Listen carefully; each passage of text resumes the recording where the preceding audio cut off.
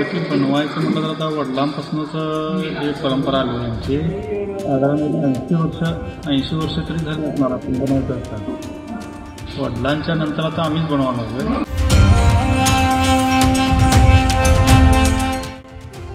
दादा, बेळगावचं मोठंच मंडळ राजहंस गल्ली अनगोळ ही मूर्ती दरवर्षी तुम्ही घडवता, हे तुम्हाला कसं वाटतंय? बेळगावातलं मोठं मंडळ म्हणा हरकतच नाही. आणि मोठ्या मंडळांच्या मूर्त्या करायचा म्हणजे आम्हाला पण वेगळा उत्साह असतोय आणि आम्हाला पण काहीतरी वेगळं देण्याचा, वेगळं करण्याचा आमचाही काही प्रयत्न असतोय. परत त्यांचे कार्यकर्ते जे आहेत ते पण खूप चांगले आहेत, सगळे सपोर्टिव्ह आहेत आणि मूर्ती पण आम्हाला असंच काहीतरी भव्य करण्याचं आमचं पण एक हे असतं, इच्छा असते सगळ्या याच्यात. दादा, राजहंस गल्ली अनगोळ यांची 2019ची मूर्ती राम आणि कुंभकर्ण वधचं हे दृश्य दाखवलेलं तुम्ही, ही मूर्ती खूपच भव्य दिसत होती, ह्याबद्दल तुम्ही काय म्हणता? ते असंच आपण एक बोलून मंडळाची चर्चा करून एक आपण डिझाईन ठरवली. त्याच्यानंतर जे झालं ते म्हणजे राम आणि कुंभकर्ण जे युद्ध होते त्या प्रसंगावरती आपण एक केलं होतं ते.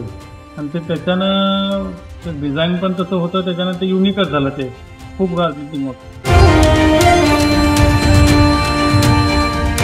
यावर्षी पण राजहंस गल्लीची असे भव्य दिव्य मूर्तीच आहे आणि आता मोठ्या मूर्तींचा क्रेज तर चालूच आहे.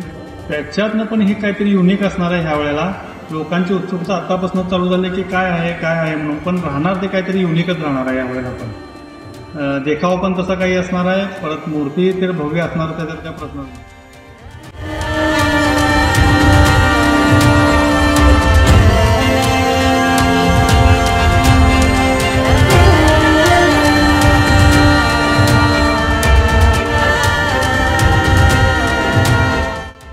बेळगाव सोडून म्हटलं तर इचलकरंजीला असतात मोठ्या मूर्त्या, साधारण त्या 18 फूट 20 फूटपर्यंत अशा असतात.